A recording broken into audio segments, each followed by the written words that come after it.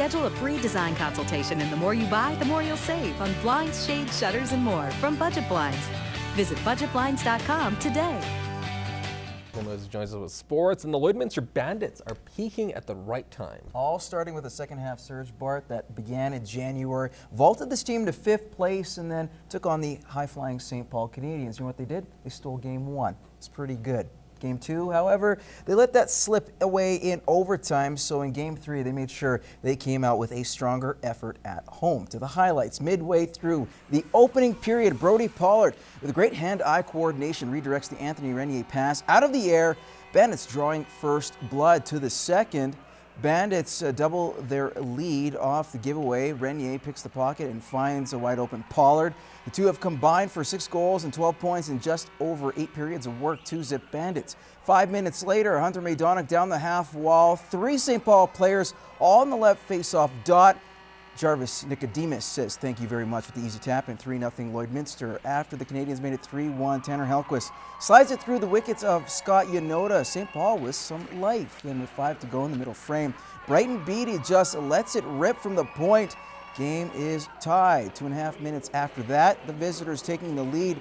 Riley Wozniak waits out Yanoda and roofs it. 4 unanswered goals in a span of 8 minutes has the Canadians up. But the Bandits aren't done.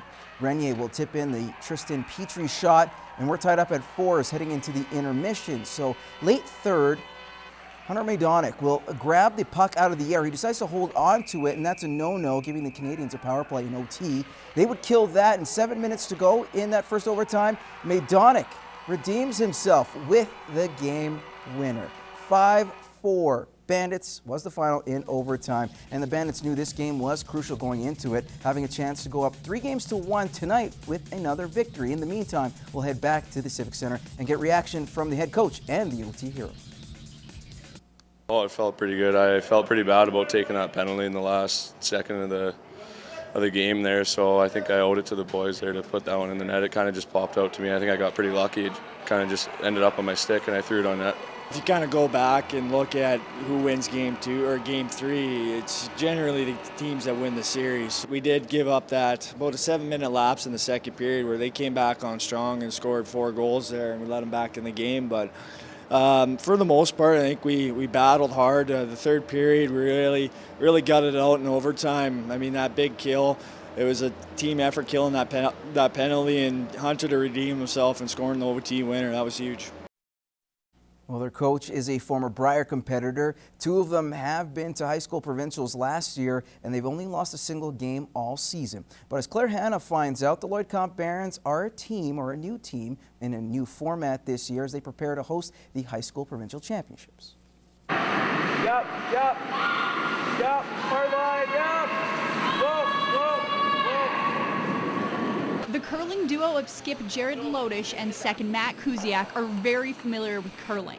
Last year they went on to the high school provincial championships, and Lodish has even competed at Worlds, but they're newbies to the whole mixed curling thing.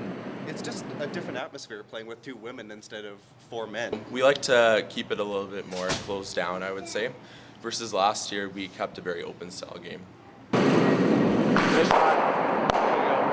In about 25 games this year, the team has only lost 1 match, but they see it as a positive hurdle before their biggest test yet.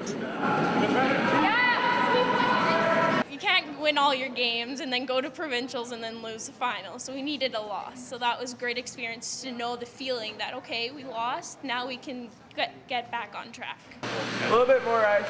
For the boys, they aren't strangers to provincials. In fact, last year they made it all the way to the finals in the boys division. We were actually undefeated going into the finals, and 11-0, we ran the table, but unfortunately just came up a little short. And history could repeat itself. The last time the Barons won provincials was also the last time they hosted in 2011, plus curling is a family affair for the boys. Last time we hosted was our skip Jared. His brother played, and my older brother played as well, and that's the year they won, so that's pretty unique. Almost kind of visualized it at the moment, like, wow, this could be us someday. If we play like we can definitely be a threat at provincials. Claire Hanna, Newcap Sports.